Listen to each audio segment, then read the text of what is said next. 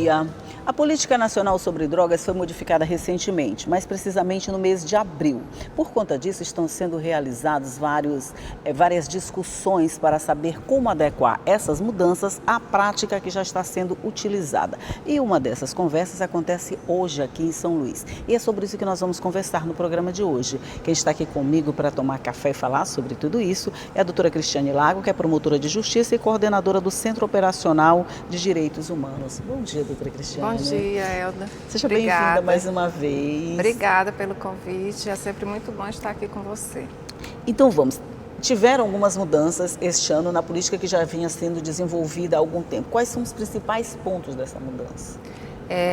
Os principais pontos dessa mudança são exatamente com relação à questão da redução de danos. A política de redução de danos, ela vinha sendo utilizada há muito tempo, né? E de acordo com as avaliações que foram feitas por uma comissão, grupo técnico interministerial, que foi instituído em março de 2018, compreenderam que essa política não estava surtindo os efeitos necessários.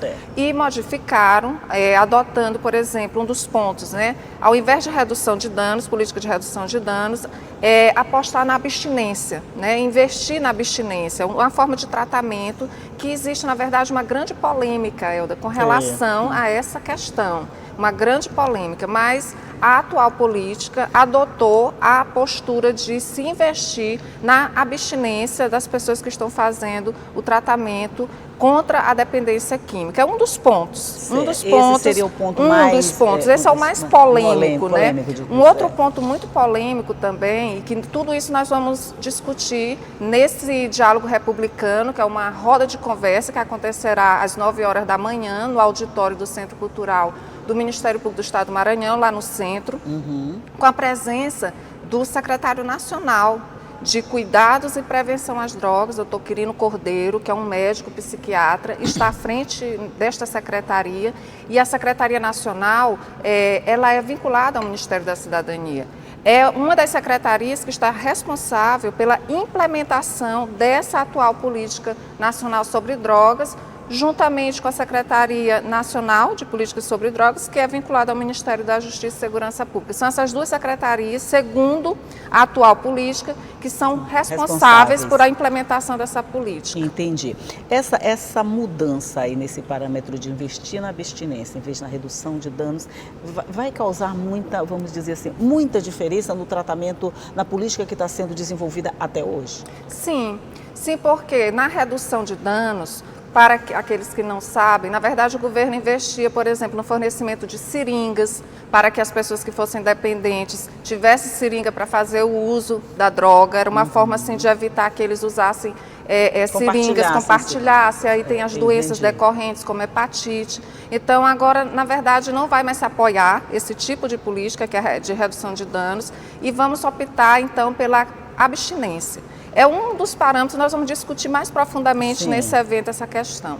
Um outro ponto também muito importante é a inclusão da espiritualidade no tratamento dos dependentes químicos. Porque, na verdade, na prática, isso já vinha acontecendo. Sim.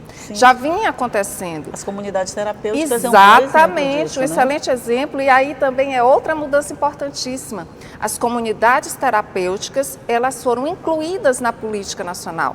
Não existia a previsão, elas não estavam incluídas na política nacional. E com essa mudança agora ocorrida por o decreto 9.671 de 2019, é recente, é de abril, como você bem colocou, as comunidades terapêuticas, elas foram previstas, elas estão positivadas agora na lei. Então, isso, o que significa isso? Significa que elas vão poder receber verbas governamentais, significa que elas vão receber uma fiscalização maior dos órgãos públicos, isso também é muito importante. Claro.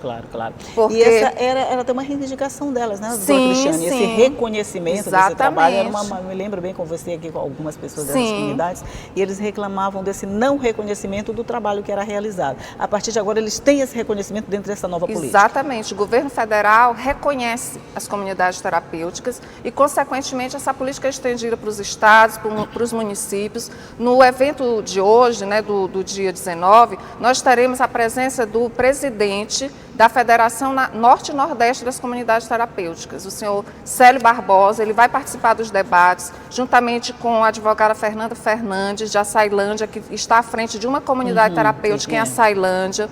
Teremos também o secretário de Políticas Públicas do Estado do Maranhão, Marcos Pacheco, doutor Marcos Pacheco, e eu estarei mediando toda essa discussão. Então, são muitos pontos que a gente precisa aprofundar, precisa tirar dúvidas, e como eu falei anteriormente, existem polêmicas a respeito, mas as pessoas precisam ter informação, precisam conhecer. As mudanças sempre trazem um pouco de receio, né, nessa coisa Exatamente. do novo. Que traz Mas, na sua opinião, essas novidades que estão vindo, elas vão ser de fácil implementação? Ou você tem que levar um tempo para se adaptar a tudo que vai ser modificado?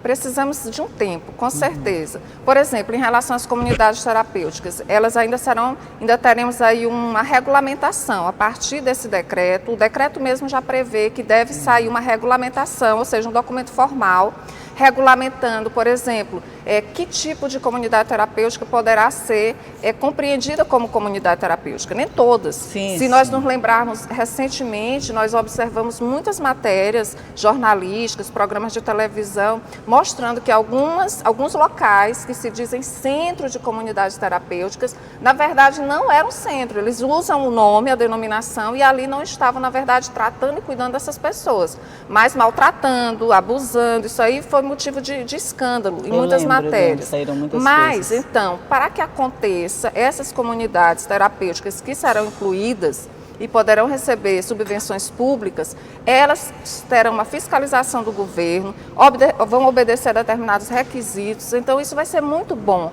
porque vai sair da clandestinidade algumas, é verdade. né? E aí nós teremos assim mais espaços de tratamento, porque na política atual, apesar de todo o investimento dos governos federais, estaduais, municipais, nós temos poucos locais de tratamento de dependentes químicos, pouquíssimos. Então, agora nós vamos ter uma ampliação de espaços e espaços fiscalizados pelos órgãos públicos competentes. Essa fiscalização já faz uma certa depuração de todos esses locais, né? Sim, pois não. Quer dizer, trazendo a público as boas, as ruins, onde você pode confiar, onde você não pode confiar. Exatamente. Essa fiscalização é bem-vinda, não é? Bem-vinda, excelente. Atualmente já existem umas comunidades terapêuticas que são reconhecidas pelo trabalho que fazem de excelência. Um exemplo é a Fazenda Esperança, de Coroatá. É a nossa referência, né? É uma referência, ela é referência nacional. Nós temos também a comunidade terapêutica Cairós, temos outras comunidades, inclusive lá no nosso evento, nós vamos ter exposições de algumas comunidades terapêuticas, para mostrar o trabalho que eles fazem, mostrar que esses dependentes estão lá no interior, no espaço dessas comunidades, aprendendo uma profissão, aprendendo a se autoconhecer, porque isso também é um tratamento que eles fazem, o diálogo, a escuta é muito importante. Interessante que na política nacional atual, eles fazem menção inclusive a isso, a importância da escuta. As pessoas que estão nesse processo doentio de dependência química, eles precisam ser escutados. São pessoas que estão sofrendo, é uma doença, todos nós já temos ciência disso, que isso é uma doença, a pessoa não é dependente químico porque ele quer, claro, não claro, é que ele seja um vagabundo, como muitos pensam, é um vagabundo, não é uma doença. Então essa pessoa, tanto, Elda, que existem os grupos que são muito famosos mundialmente, do Narcóticos Anônimos, do AA, e a essência do tratamento deles é a escuta. A escuta, a pessoa quer falar, quer ter alguém para ele poder contar o sofrimento que ele vive. Ouvir, né? A gente tem uma incapacidade tremenda de ouvir, é verdade. Exatamente. Mas sobre isso nós vamos falar no próximo bloco, vou fazer um rápido intervalinho, a gente volta já já para continuar essa conversa. É só um minutinho e já já eu estou de volta.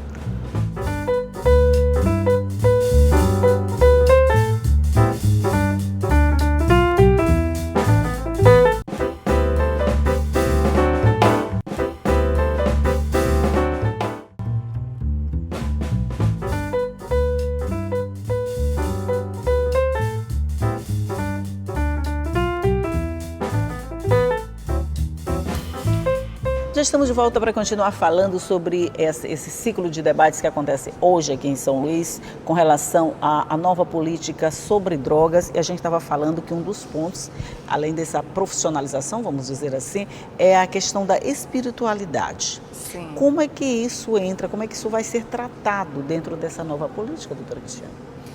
O interessante é que o termo espiritualidade foi colocado na própria política, expressamente.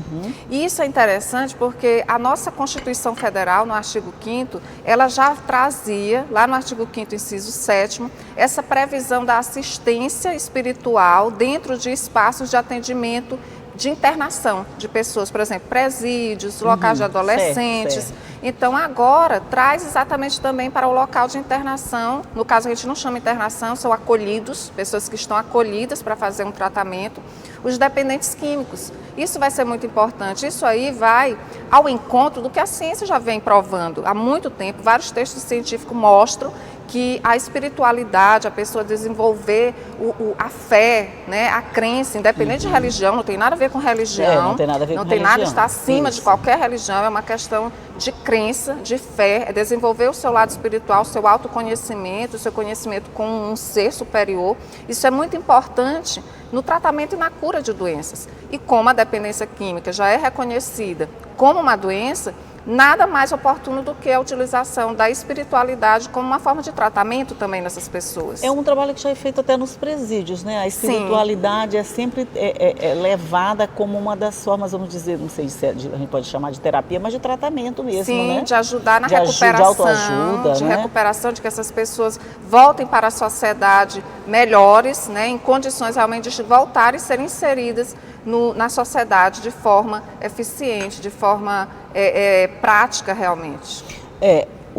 A mudança é nova, as discussões estão começando. A partir de quando, mais ou menos, a gente pode dizer que elas vão estar completamente implementadas dentro do tratamento desses dependentes? A partir das regulamentações que vão acontecer, o decreto traz, na verdade, as diretrizes, os pressupostos dessa política, e a partir, então, da implementação por meio dos regulamentos, que vão ser documentos, né, formalizados, e principalmente através do acesso, isso é o fundamental no nosso entendimento, o acesso dessas comunidades terapêuticas e quaisquer outros órgãos, né, da organização civil que trabalhem com dependentes químicos, tenham acesso ao Fundo Nacional de Políticas Públicas sobre Drogas. Nós sabemos que existe um fundo nacional que tem verbas ali depositadas e nós temos conhecimento que lá existe um bom montante, mas na verdade ele não chega na ponta, não chega onde interessa, porque essas pessoas não têm projeto, não estão legalizadas, precisa ter a documentação toda certinha para poder ter acesso, apresentar projetos e ter acesso a essas subvenções públicas. Eles não têm esse apoio até agora por falta de legalização, de regulamentação, formalização de projetos que possam ganhar esses recursos. Exatamente. E agora, então, sendo reconhecidas formalmente, elas vão poder se organizar, ter um CNPJ, ter uma diretoria, porque quem recebe dinheiro público tem que prestar conta desse dinheiro público. Então, agora sim, agora vai se poder trabalhar nesse formato e veja que é tão importante porque até hoje essas instituições, elas vivem, na verdade, de trabalho voluntário, vivem de doações. E então, assim, precisa de ajuda realmente, porque ainda é pouco. Nós conhecemos algumas e muitas vezes se critica, porque a geladeira não está boa, está velha, mas eles não têm dinheiro para comprar. Não tem dinheiro para comprar, né? Não tem dinheiro para comprar. Isso acaba comprometendo o trabalho que eles desenvolvem, né? Com certeza, exatamente, né? Exatamente. Mas uma coisa interessante que você falou lá no começo, que ao invés de focar na redução de danos, é assim que chama, né? Na redução de danos, vai focar numa outra vertente. Ótimo. Mas com relação a essa redução de danos, de alguma forma ela vai ser abandonada? Por exemplo, a seringa compartilhada, que de alguma forma era doada para evitar que se compartilhasse, a partir daí, se tivesse contração de várias doenças, essa coisa toda. Isso vai deixar de ser praticado? Não tem a previsão da redução de danos dentro da política atual. Esse termo ele foi abolido. Ele foi substituído pela abstinência. Ele foi completamente substituído. Foi totalmente substituído. Não, vamos dizer, não foi compartilhado com a abstinência. Ele foi né? substituído. Mas uma outra coisa que eu considero muito importante nessa política é que ele trouxe como determinação e como força total, prioridade total é a prevenção. O trabalho de prevenção. Isso aí é muito importante, porque inclusive, Elda, muitos até não compreendiam a prevenção como uma política pública. Acham que é algo assim, é uma conversa, vai e fala. Não, isso é muito sério. Isso é muito sério. A prevenção, ela é feita de diversas formas. Ela não é só com palestras. A prevenção é com a inclusão desses jovens, adolescentes e crianças em muitas atividades bem culturais. Mais eficiente do que as palestras, do que só as palestras, a exatamente. Mas com atividades culturais, como nós fazemos no Ministério Público, envolvendo esses meninos na criação de poesias, de desenho, de atividades artísticas. Nós temos um trabalho nesse sentido. Pois é, o Ministério Público já desenvolve, de alguma forma, esse trabalho, vamos dizer, de prevenção. Nós fazemos há 7 anos esse trabalho no Ministério Público do Estado do Maranhão, diretamente nas escolas. Hoje, inclusive, o projeto Quem Escolhe o Seu Caminho, Você às Drogas, ele é institucionalizado no nosso Ministério Público, está em todos os interiores do Maranhão. O promotor que quer desenvolver, ele tem o apoio da Procuradoria, do Dr. Luiz Gonzaga. Então, assim, a prevenção nessa proposta nova, na verdade, vem com muita força e vai praticamente assim... na verdade, não, vai obrigar que os estados e os municípios levem para as escolas a prevenção. Vai obrigar que eles coloquem na questão interdisciplinar a abordagem da prevenção às drogas. Isso vem previsto de forma expressa. Então, se você entender, o foco agora é o começo, uma ponta, a prevenção, e a outra ponta lá, a abstinência, o tratamento através da abstinência. Então, o foco agora são essas duas pontas. Exatamente. Exatamente. Entendi. A abstinência é um dos itens do tratamento. Do tratamento. Dentro do tratamento, exatamente. O foco está mais nesse, não só ficar na redução de danos, quer dizer, você quer fazer, faz, eu vou te ajudar a não sofrer tanto. Sim. Não fica só mais nesse foco, não, né? Sim. Ele está pegando as duas pontas e não só o meio. Até porque muitos, que eram contrários, esse grupo técnico, ele foi formado por pessoas de várias instituições e de várias formações acadêmicas. É um grupo técnico, eu quero até frisar isso aqui, que esse resultado não é política agora do atual governo, ele vem uma construção anterior, de 2018, como eu falei desse grupo técnico, e mostrar o seguinte, que aqui eles vão mostrar o seguinte, que a prevenção e o tratamento são fundamentais, que a redução de danos, a partir do momento que você fornece esses instrumentos para a pessoa usar enquanto ela está querendo deixar de ser dependente químico, o que acontecia? Muitos entendiam que isso era um estímulo. É isso que eu também acho, uma questão de estímulo. Muitos pensavam isso. Eu não preciso mais usar essa seringa compartilhada, agora eu tenho só a minha, eu posso usar tranquilamente. Existe essa crítica, sabe, Elda, de dizer que, na verdade, o governo estava estimulando a pessoa a continuar a usar drogas. Quer dizer, agora você vai ajudar a pessoa que não quer mais usar a droga, que quer sair desse caminho. Então, ele vai ter um tratamento voltado para aquele fim. A abstinência pode levar à cura, vamos dizer assim. Exatamente. Cura não, um resultado melhor no tratamento. Porque essa abstinência ela vai ser acompanhada, de toda uma estrutura, Entendi. É mais ou menos como faz os narcóticos anônimos, os alcoólicos anônimos, né? Um dia de cada vez, outro dia, mais outro dia, até se chegar a vários dias, uma vida inteira. Exatamente. E eles não têm um resultado bom. Muito bom. Eles curam muitas pessoas, ajudam muito. Então, só para lembrar, esse Diálogos Republicanos acontece hoje, é só hoje, né? Só um dia. Só agora pela manhã. Mas eu imagino que ao longo do tempo vão acontecendo outras rodas de conversa para afinar bem essa nova política. Sim, até porque o dia 19, esse diálogo, ele inicia a Semana Nacional de Prevenção às Drogas. Semana Nacional de Combate, que vai do dia 19 até o dia 26. Nós teremos atividades no estado do Maranhão, em várias instituições, com relação ao combate à prevenção às drogas. Dia 25, inclusive, o Ministério Público vai estar em 10 escolas públicas,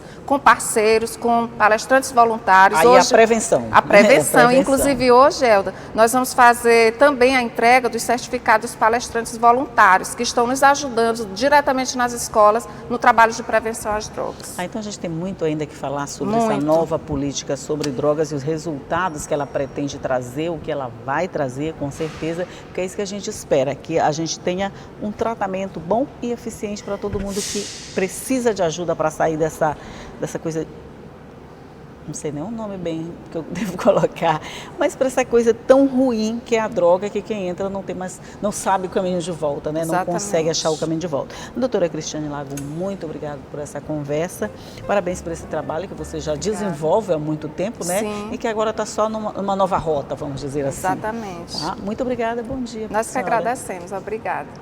Bom dia para você também. Já sabe, essa conversa fica à sua disposição no nosso site. Você pode acessar a hora que você quiser. Lá tem sempre coisas novas para você na nossa grade, no nosso conteúdo, nas nossas páginas, nas redes sociais. Mas todo dia 8h30 eu estou aqui te esperando, tá? Tchau.